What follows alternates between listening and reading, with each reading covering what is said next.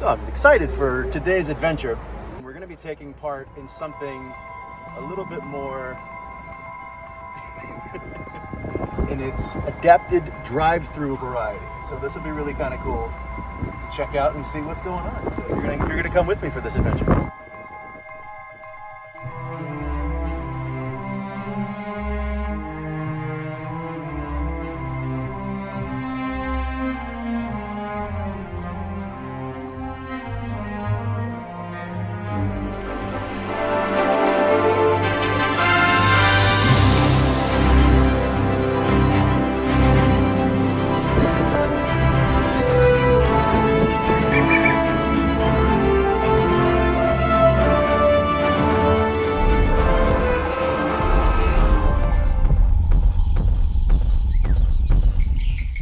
Yeah, this is Jurassic Quest, and it's a really cool setup. They actually have a guided audio tour that you can take as well. And so when you get in here, everything's broken up by a story.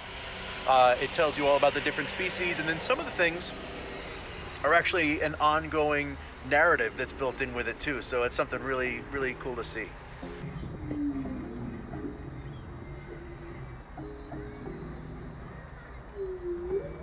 This Elasmosaurus is absolutely spectacular. It's got so much energy, so much life to it, and it's just so cool looking.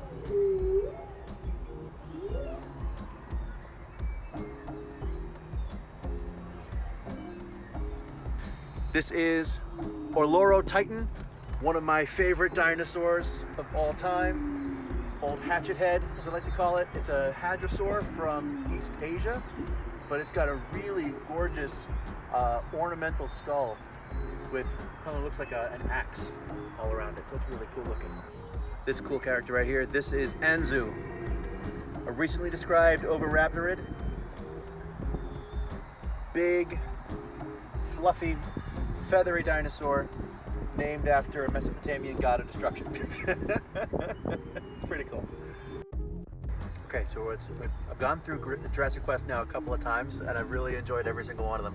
It's getting a little dark now, and so they're starting to turn some of the lights on, so you can see some really incredible things. Like this awesome ammonite with its tentacles, a little siphuncle flapping in the breeze. It's been really great. They've been very welcoming and very, very awesome to let me kind of take a look and tour through this. I had a chance to meet with Captain Caleb, the dinosaur trainer, who was absolutely just delightful. He was awesome to talk to him, and we took a look at some of the other specimens a little close. I'm very excited to be here today at Jurassic Quest with the best tour guide you can possibly get. This is Captain Caleb, the dinosaur trader. Caleb, how are you, sir? I'm excellent. How are you, Jimmy? Oh, I'm having a blast and a half, man. This is so great to see everything that we have here. That's right. Over 75 plus life-size dinosaurs, marine reptiles, and a 55-foot megalodon. Oh, that's fantastic, especially if we're here in Florida. Megalodon used to call this place home, so it's nice to bring them back for a little bit. That's right. Who are we standing with here now? This is Therizinosaurus, and right here we have a cast, thanks to Jimmy, of a Therizinosaurus claw. That's awesome. Pretty neat. I think so too. Yeah. And so these are all life-size dinosaurs. That's right. Jurassic Quest has worked alongside many paleontologists to work in painstaking detail to make sure that our guests get to experience dinosaurs as true to life as they were. I've been to Jurassic Quest before, where it's actually been inside of an arena, and we'd be able to walk around and see the dinosaurs. And I'm glad that we get a chance to walk around today, but most of the guests aren't walking. That's correct. So we asked that all guests stay in their vehicles, and that's to keep them safe, both our dinosaurs safe and our guests.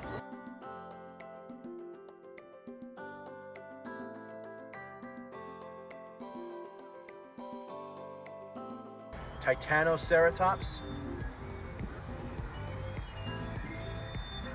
A huge chasmosaurine dinosaur.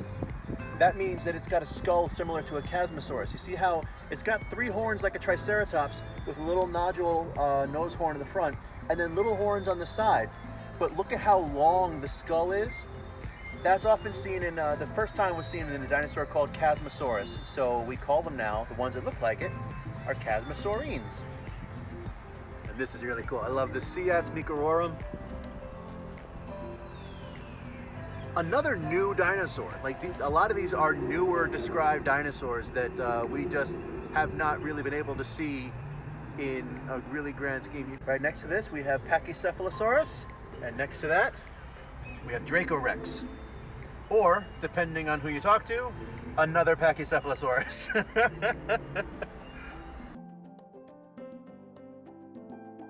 And so in 2020, Spinosaurus got a big overhaul in its physical form. So what you can see here is you've got the long crocodilian jaw with that fish trap tooth set in the front, so that way it would bite down on a fish and displace water so it doesn't lose its prey.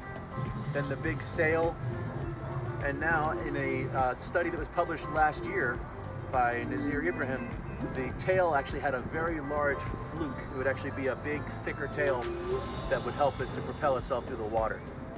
So that'll be a nice one. Spinosaurus got a glow up this year for sure.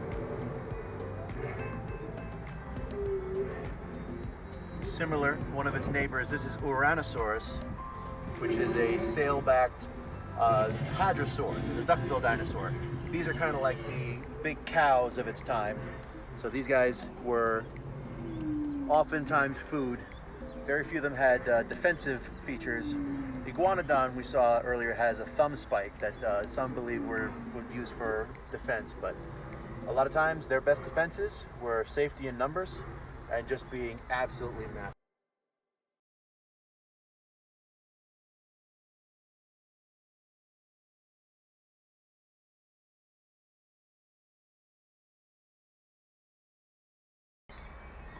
And this is the Tyrannosaurus, a massive mosasaur that lived in Cretaceous Kansas.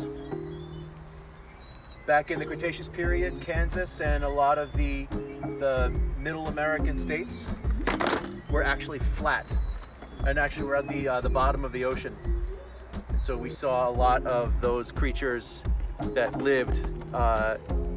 If you go digging in places like Kansas and North Texas, you find a lot of marine fossils, a lot of ammonites, and a lot of other things like that. So those are just some of the things that we find that let us know that this area of the world was actually the bottom of the ocean, called the Great Interior Seaway. When dinosaurs like T-Rex were stomping around, North America was divided up into a couple of different pieces. It was West America, East America, and Canada. And in the middle, we had the Great Interior Seaway, where creatures like the Tyrannosaurus and the Elasmosaurus would have lived in those areas. And it's really cool to see them brought to life here in the parking lot of Tropicana Field.